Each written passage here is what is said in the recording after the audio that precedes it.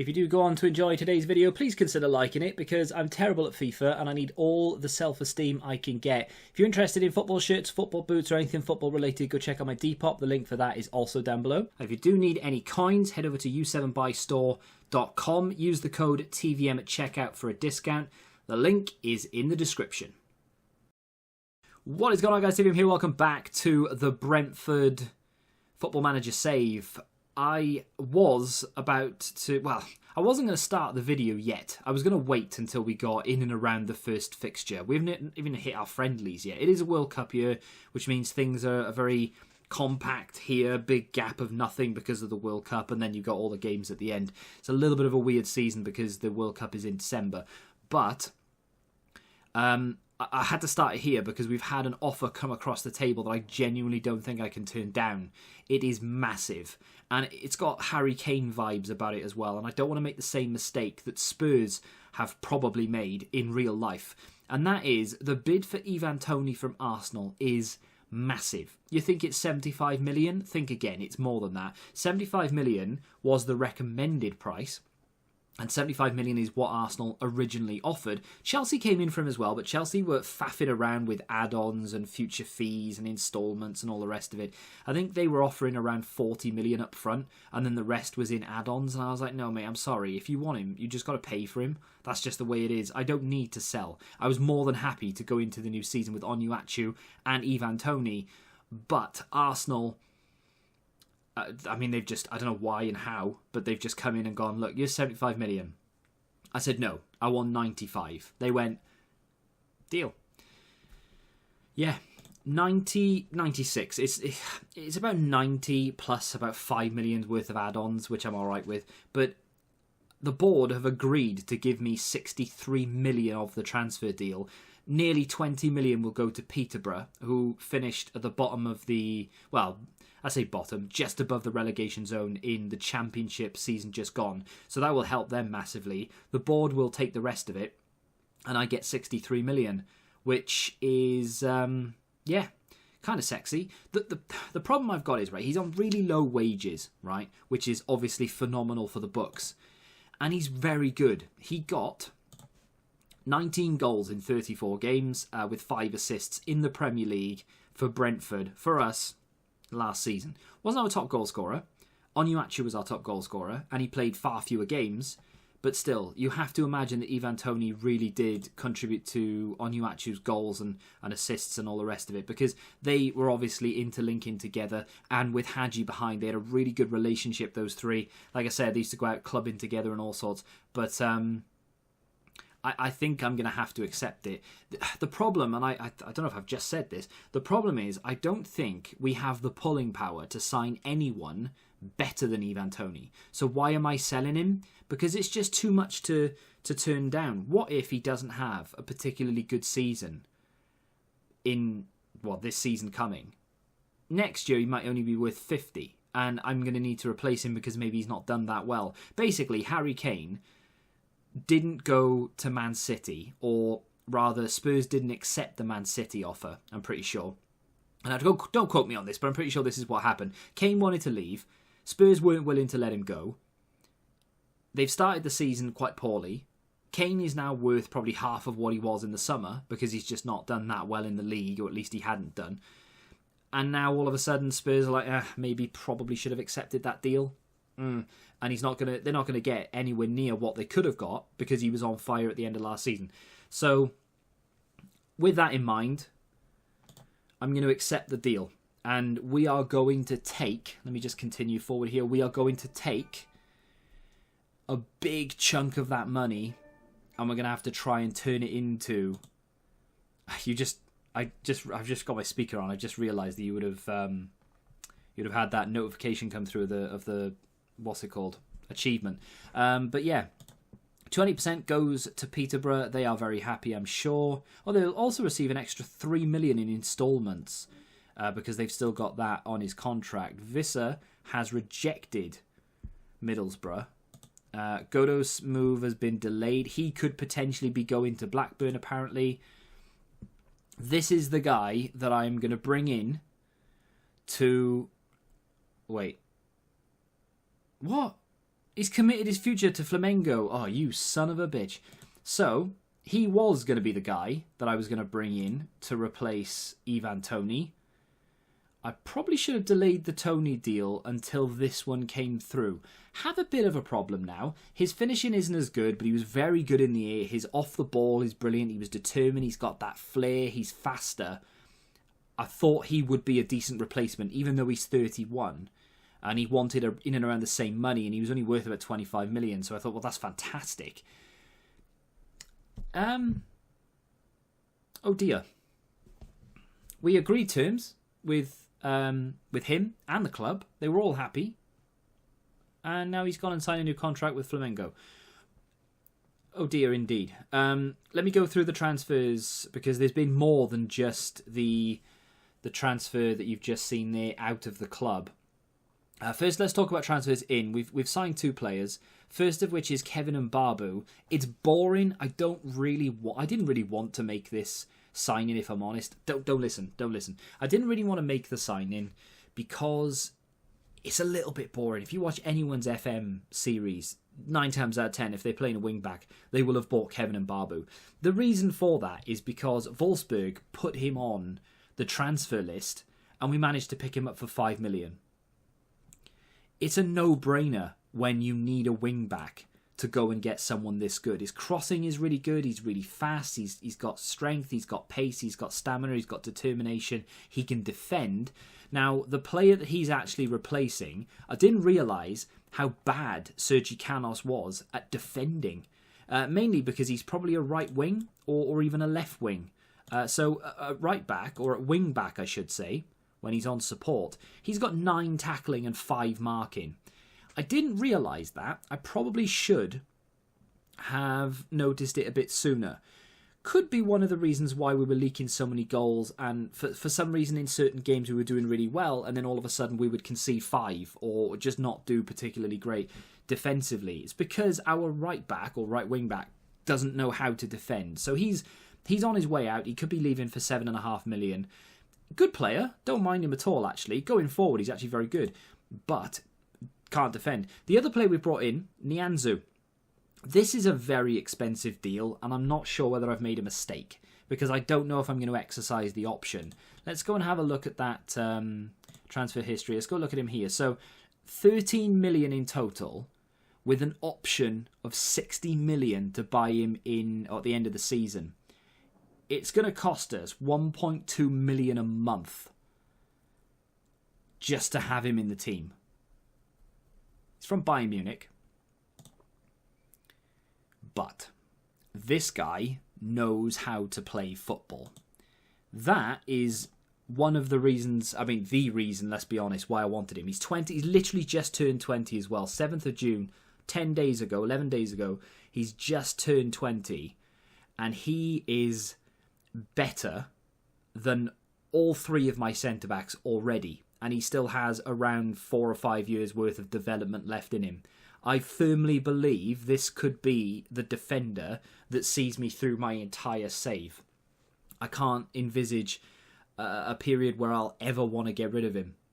It's a lot of money to spend, but selling Ivan Toney, if we can pick up a striker, there is another player actually I'm tempted to go after. He's a Premier League player as well. Show you him in a second. Well, maybe I will, maybe I won't.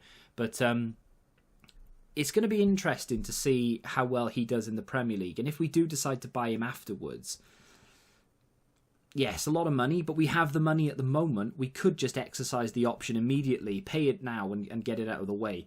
But we'll see how he does.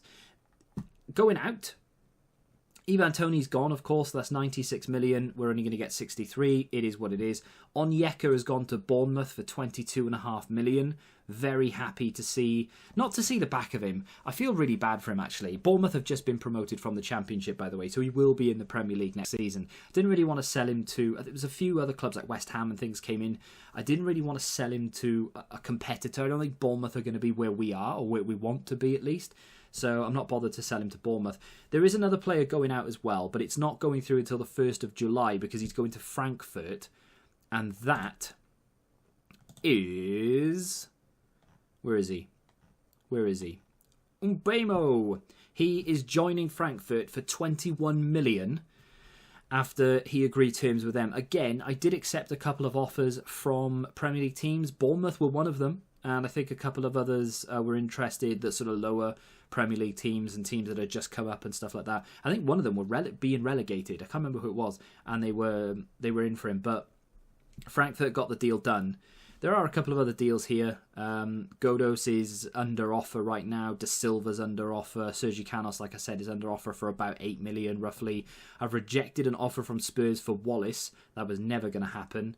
A couple of free transfers. Dominic Thompson, Pontus Jansson, both leaving on a free, as well as Alex Gilbert, apparently. And also, Gustav Mogensen is going to Udinese on a free. You are bang up to date with the transfers at Brentford. Finances, 121 million. I tell you what,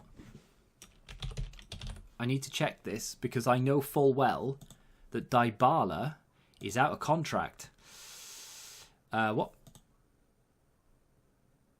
Oh, you son of a... Right, now, that's my fault. That is my fault. Would he have come to us? Probably not. But I knew that Dybala was out of contract at the end of the season. And I've known this since the beginning of the game.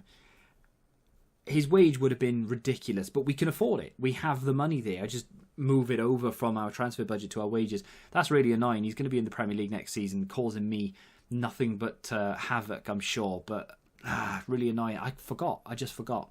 So as the kids say, it has been a hot minute since I last saw you. In fact, it's got darker outside and the temperature has dropped, hence the reason for this stupidly oversized hoodie.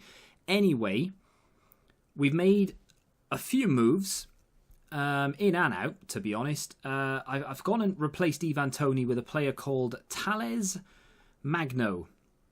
I knew absolutely nothing about him. It wasn't a Moneyball-esque signing. It was quite literally, I need a striker that can play pressing forward with a bit of pace, who is equal to Ivan Toney, or better, obviously. I found him on paper. I have absolutely no idea if he's any good in the game. I've looked at his previous season stats, not great, but the beautiful thing about this guy is he's only 19 years of age. So the blessing, I guess, is that he's on £55,000 a week. That doesn't go up until he signs a new contract. So it's only an extra 25k above Ivan Toney. His finishing is in and around the same place. His work rate and teamwork position, all the rest of it, it's all roughly where Ivan Toney's was. The big difference is that he's still got room to grow. He's got potential ability. He's only 19, so he's got a good few years left in him to improve before he starts hitting his peak, which is fantastic. He can play pressing forward attack, and that, in fact, that's his preferred position, which is brilliant because that's exactly where he's going to play. And he's quicker. And he's quicker already. So that pace can increase, and we will train the quickness to try and get him up a little bit higher. The biggest downside, really, and it's not that big a downside because we have Onuachu and plenty of other players who can head the ball. His heading isn't particularly great, but he does have good jumping reach, so swings and roundabouts. The media description of him is a wonder kid. He cost us 20 million, and he came from NYC. He was actually at Vasco da Gama in the Brazilian league. Of course, down here he's like, 6? So he's not obviously at an age where he should be banging in the goals. You know, a couple of forays into the first division. They got relegated. He didn't play. He moved to the MLS. He got 7 goals in 23 games. That's not that many games to be playing, really. Even less so in this current season, obviously, in the MLS. It's still underway. So he got 5 goal contributions in 14 games. It's not great. On paper, I understand that. Like I said, it wasn't anything to do with Moneyball tactic. He didn't register on anything that I could see. I just bought him because I needed an advanced forward, and I also needed one quickly. I didn't need to buy one cheap or anything. I just couldn't find one that was any good, better than Ivan Toney, or even equal to. I started to regret the sale, to be honest. Never sell a player unless you have someone lined up. And I don't mean have someone like, I'll go and buy him. I mean you actually have him in your team ready to play. I made a mistake, and I'm going to live by it. I've made another sign-in at centre-back, though. It's a decent little sign-in. I'm not sure if he's going to be happy to play I would say second string. Is actually going to be like third string. Josip Stanisic, he's come from Bayern Munich. Now, this was a big Moneyball signing, and I'm actually really surprised that the prediction is 33 to 38 million here, because I paid absolutely nowhere near that. He's decent.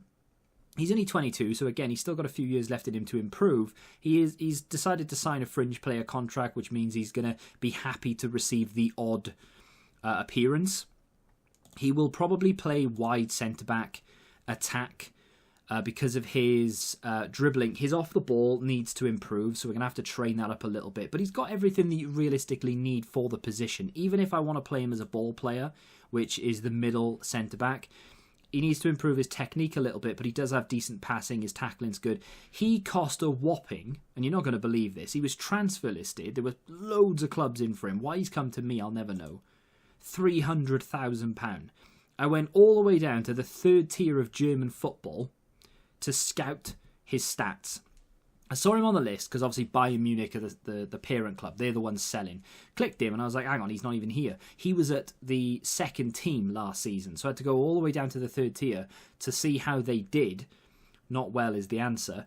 And I needed to see how good he was. And I trawled through all the stats and he was top of most things, to be fair. He did really well. So I took the plunge. How often is he going to play? I don't know. Will he ever turn into a first team player? Maybe. At a push, possibly. I think the best outcome for him, not for me, but for him, is if one of my main three centre-backs gets an injury quite early on, which gives him more football. Put in another loan offer for Iorque with an option to buy this time. They were adamant that they wanted a mandatory fee at the end of it, so 4 million will be enough to take Iorque on, but we're going to loan him in for another season first. He will be the replacement for Onuachu in rotation. I still need another striker to replace Magno when he's obviously fatigued. I need to get another goalkeeper in as backup to Raya. I had a look. Raya's the best keeper we can get. We have the money. We have loads of money. I've got like 140 million and £500,000 a week on wages I can spend. The problem is no one wants to come to us. Well, that's a lie. A lot of people do, but they're not better than what we have. So it's really annoying having all that money and not being able to spend it. I could literally afford to buy Haaland and Lewandowski, but they won't come to us. Can you imagine those two up front together? Oosh! Yeah, and then of course Mbemo is going, 21 million still yet to come in. That's another 20 million on top of the... We're going to have 160 million and $500,000 a week to spend, and I cannot spend it. It's really irritating to be able to go into the transfer market like this and literally sort by the most expensive player and being able to afford the top 2 or top 3, but he's not better than Mbabu. So, I mean, to be fair, he's actually pretty good. Do I buy him? He's actually pretty good. Why didn't I look at him before? His vision could do with a little bit. His concentration's quite low. He's only 19 though, but they do want 120 million. Probably not going to go and get him. But yeah, there we are. That's what we're dealing with right now. I think I'm going to wrap this episode up here because I've probably talked far too long. We are about to hit our first friendly, and you'll see that August is unreal for fixtures. Absolutely mental. We play a tremendous amount of games. In fact, at the moment, the Carabao Cup second round game and that Premier League game is on the same day. But because of the Qatari World Cup, we are in a situation where we're going to have to play a lot of games in a short space of time. And then we get, again, look at September, you've only got 3, but then in October you get like 5, and then you have 1 game in November, and then we don't come back until the end of December. So a big break for most players, especially ones who don't play in the World Cup. And then we're back again. January is absolutely rammed. We'll obviously have, well, hopefully we'll have Conference League games to play as well. It is going to be a very draining season. I am going to have to go and get some more depth. I'm looking at loans. I need to wait until Chair and Luke Thomas go back before I can go and get more loans from the Premier League, because you're only allowed 2 domestic loans at a time. So I don't really want to be getting Chair again. He was decent, but we have Griffo. There's just no need for it. Luke Thomas is a very good left wing back, but they want a mandatory fee, and I don't see me ever wanting to really replace Barisic until he has to retire or he starts slowing down because of his age. But at the moment, he's got another 3 or 4 seasons left in him minimum. So not really worried about that. But next episode, you will see the first game of the season, and that is against... I was just there. Everton, and then we play Leicester as well. I'm going to try and get Leicester back for that. Oh no, I missed a game. Southampton. We'll play Southampton and Everton. We'll miss Leicester, and then next time after that, we'll probably play some European football for the first time in the save. If, and that is a big if, you have enjoyed this episode of the Brentford Save, do me a favour and hit that like button, subscribe to the channel, and until the next time, goodbye.